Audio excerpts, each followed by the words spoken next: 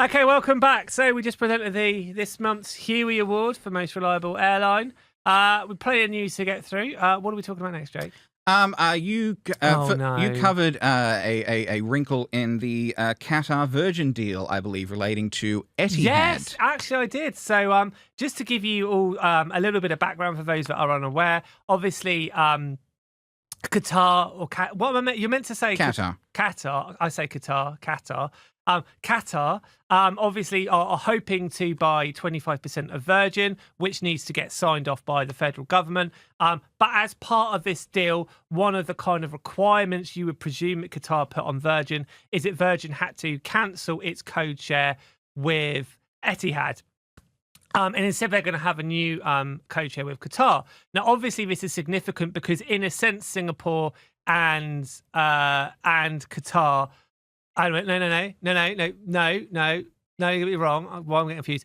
This is significant because the code share between Etihad and Qatar, they're effectively rivals. Obviously, they are flying to different airports, but they are two hub airports. So if you want to reach Australia from further away in the world, you are going to be going through Singapore. You're going to be doing through Abu Dhabi, Dubai, or Qatar, etc. So basically, it's part of this deal for Qatar Or Hong Kong, or Hong Kong, yeah. So it's part of a deal for Qatar to buy 25% of Virgin. They said the code share with Etihad has to stop.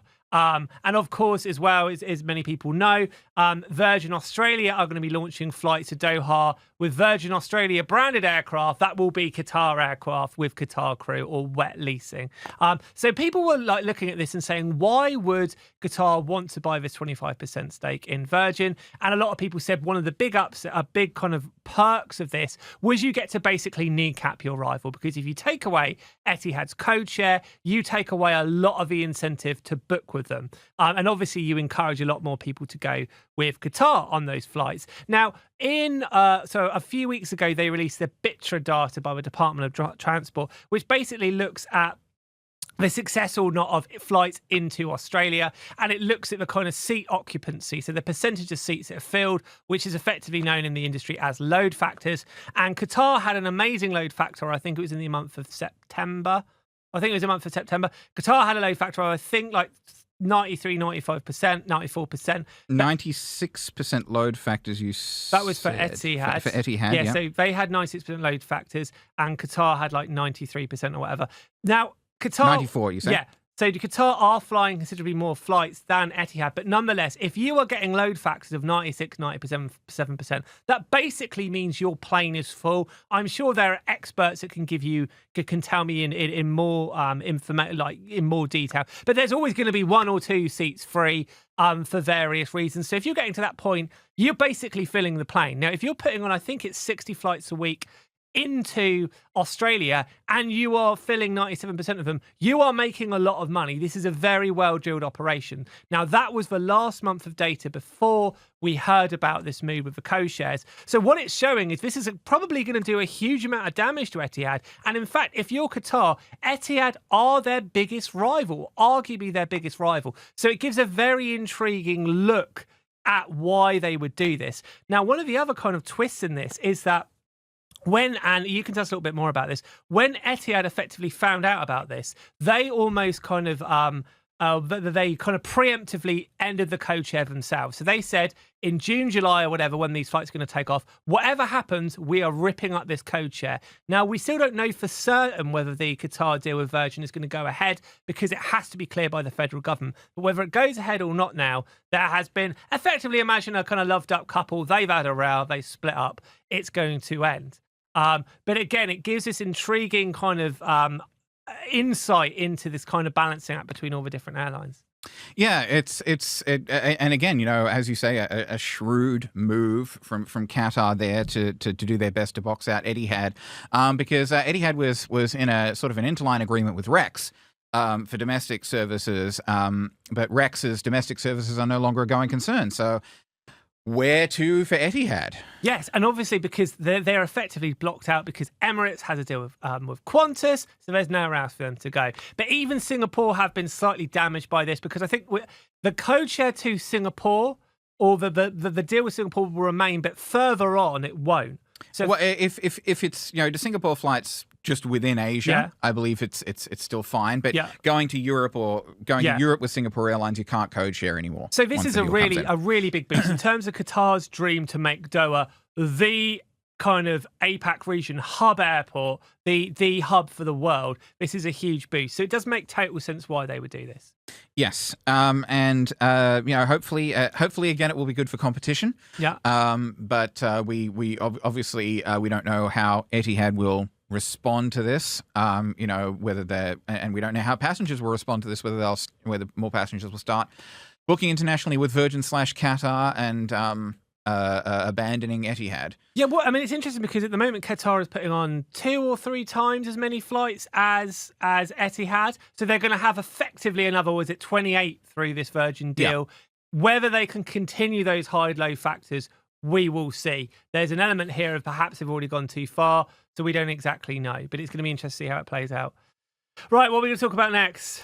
Not going to put me on the spot again, are you? Yes. We talked about competition. We talked about the impact on consumers over the holidays, of course. Yes. Sort of kicked out the door right before Christmas was Yes. this draft of this customer charter. Yeah, so as part of the aviation white paper, or let's just go back a little bit. So the Labour federal government had a green paper and a white paper. So a green paper basically looking at what the next kind of 25 years of aviation in Australia should be and trying to give the whole industry a roadmap. So they had a green paper where they opened it up to the industry and they encouraged submissions, and then they brought all of those ideas together and published the white paper.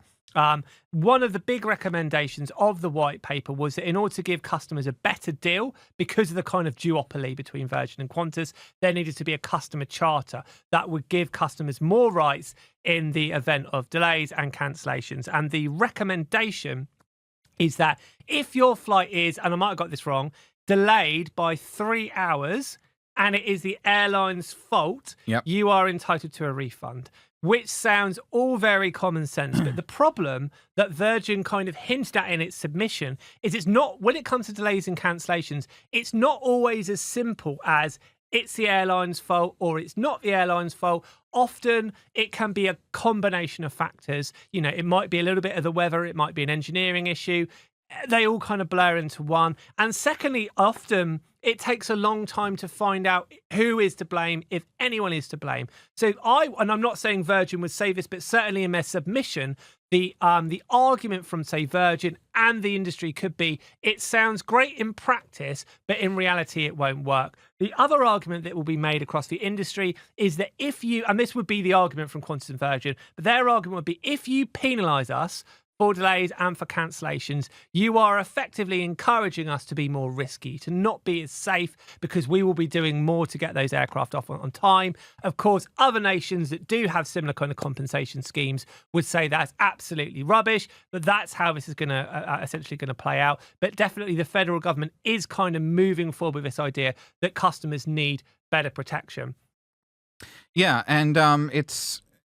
We've got as well in this customer rights charter. There are also plans that travellers should be compensated if their luggage gets lost, and carriers should be obligated to resolve complaints within 30 days, which both sound like pretty common sense solutions. If the airline loses your bag, you should get compensated for the stuff that was in that bag. Yeah, and I think as well, giving that, I think they've got a date where it should be kind of acknowledged, and then a date when you should get kind of compensation. But I think that's absolutely fair enough, and it's up to airlines to have better things in place. Putting those kind of putting this, almost written down, making it a rule, does kind of force airlines to act a little bit more. So I think that's a very common sense thing. And also, it says that customers, if the flight is delayed for more than 3 hours within the airline's control, they should be given access to food vouchers or lounge access while they wait. Yeah, fair enough. Which would be, while we were stuck in Melbourne Airport back in October, it was sort of we were trying to navigate the uncertainty of our flight being cancelled. Yeah. It might have been helpful if we'd been able to get sort of lounge access or food vouchers, so that we could, while we were on the phone to the travel insurance companies and all that, so that we could sort things out in relative peace and quiet, rather than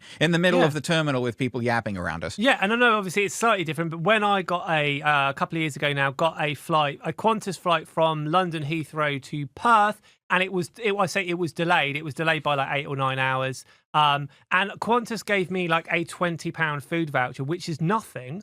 And I was Heavy also, food voucher. Well, yeah, and I was also told I couldn't even spend it on alcohol either, which is like, it was rubbish. So I do think with these sort of in these sort of situations, there do need to be better rules in terms of what kind of compensation you can get and what you're entitled to. Because if you have been unexpectedly forced to spend time in an airport, you should be given food and drink.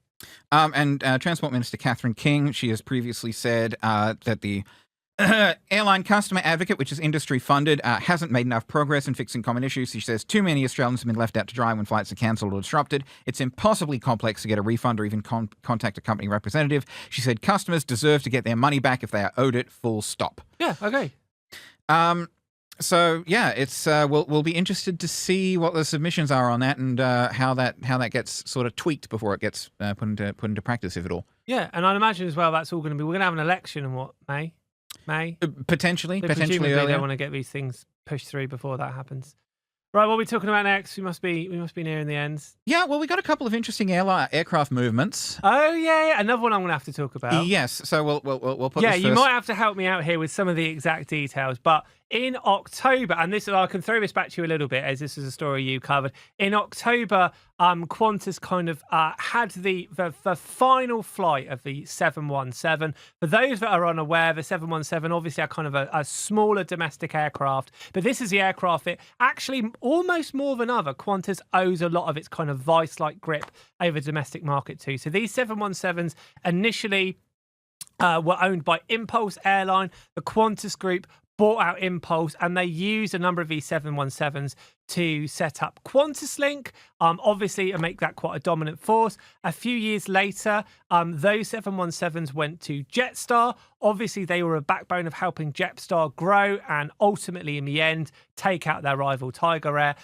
So those jets were incredibly important. So back in October, I believe it was, and they've been slowly retiring the fleet. There were 2 left in the country, both flying on the same day. I think it was like October the 26th. One of the 717s flew earlier in the morning, and then another aircraft flew the final service a few hours later. And they had loads of these aviation influencers on the final flight. They did a big press release. You know, all the photos got sent out.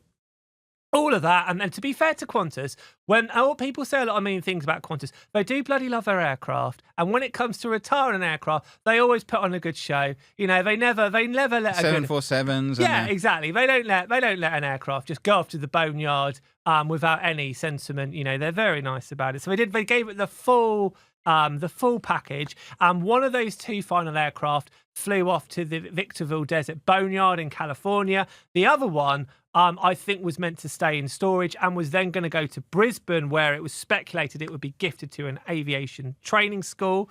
And it sat there basically for a few days. And then what happened is quietly they kind of needed it. And this aircraft ended up doing another 2 months in service, flying all around the country. So they had the big retirement and then it carried on, which is actually a testament to how useful and how good the 717 is. And then what happened basically is the speculation was one of the reasons it was used at the end was that they were waiting a little bit longer than they thought for their latest A220. VHX4E. Yes, which ended up arriving, I think, at the start of December. Yep. So once that arrived, they had their extra aircraft, and then it was finally allowed to go. And we had, I think it was Craig Murray, who was on the ground at Brisbane Airport, who managed to take a picture of the final touchdown of a kind of official Qantas service of the 717. So I don't want to poop it because it's not Qantas's fault, but all of those influencers that were like, we're on the final flight, you actually weren't. The final flight was a flight. Nobody would have realised it was a final flight apart from Craig Money, who was there on the ground taking the photo. I don't know how he knew this. Craig is a prolific Australian aviation photographer. He must have been tipped off by the airport. He's got snouts or whatever. He's got the pictures. I've checked it all out, done my digging. I called up Qantas and I'm like, we've got the story. What do you think? And they were like, it's true. Though they did say to me, don't rule out somehow it couldn't come back one day. But no, credit to you, Craig. You managed to get the actual real story of the final flight of a 717. Yes, very well done to Craig. And well done to me for remembering all the details. And as well done to you for remembering all the details Yeah. as well.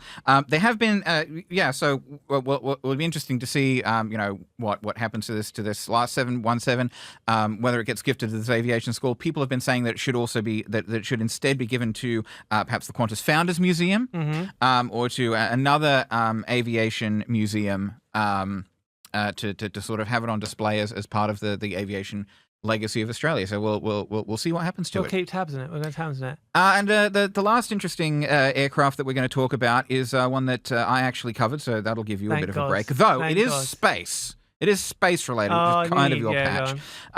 But we had on Monday a Gulfstream 5 arrived from NASA. NASA. It transpires NASA actually basically like an airline. NASA has a huge fleet of aircraft. They have a 777 for some reason. I mean, who knew? Who knew? Yeah, go on. Well, the good people at Flight Radar and Plane Spotters and all of them. Yeah. But this Gulfstream 5, NASA 5, N5, N95NA, touchdown in Brisbane on Monday. As of time of recording, it's supposed to be flying out to Perth today, and the goal is that it will sort of monitor the re-entry of the SpaceX Starship when it launches, hopefully for SpaceX, on the 11th. So what's effectively going to happen is, as those of you who may not be aware, Starship is the big space super rocket which Elon Musk, your favourite, hopes eventually to use to take humans to Mars. The way this test will work is the rocket will blast off. The actual rocket itself will hopefully land, be reusable, will land in this chopstick-style pincer movement back on the launch tower, while the kind of the spaceship itself, or the spacecraft itself, will fly around the world in suborbital space and then come down over the Indian Ocean. So the idea is that this aircraft by NASA will come and monitor it. I think like taking photos of it and also monitoring like the temperature and so they're going to be looking at the re-entry and the peak heating events, which will be about an hour after launch as it crosses the horizon, splashes down in the eastern Indian Ocean. And so that is why this Gulfstream is here from NASA, flying all the way out from there's also been America. A lot of speculation that Australia could play a part in future launches of Starship, that potentially it could be recovered off the Australian coast and kind of dragged back to Australia for people to monitor it. There's also been rumours that SpaceX could be looking to launch rockets from Australia, which makes sense because there's a lot of land. You're able to reach all different sorts of orbits. But the fact that NASA are coming here to look at this is a very interesting development indeed. It is, and it's good for us at Australian Aviation and good for you at Space Connect as well. Yeah, exactly. Also, I did notice, we talked about this earlier, in a NASA's fleet, they've actually got a Hornet. So basically, NASA are tooled up. They've got massive aircraft. They've got fighter jets. They've got biz jets. Someone's got to shoot down the alien mothership when it arrives. This is true.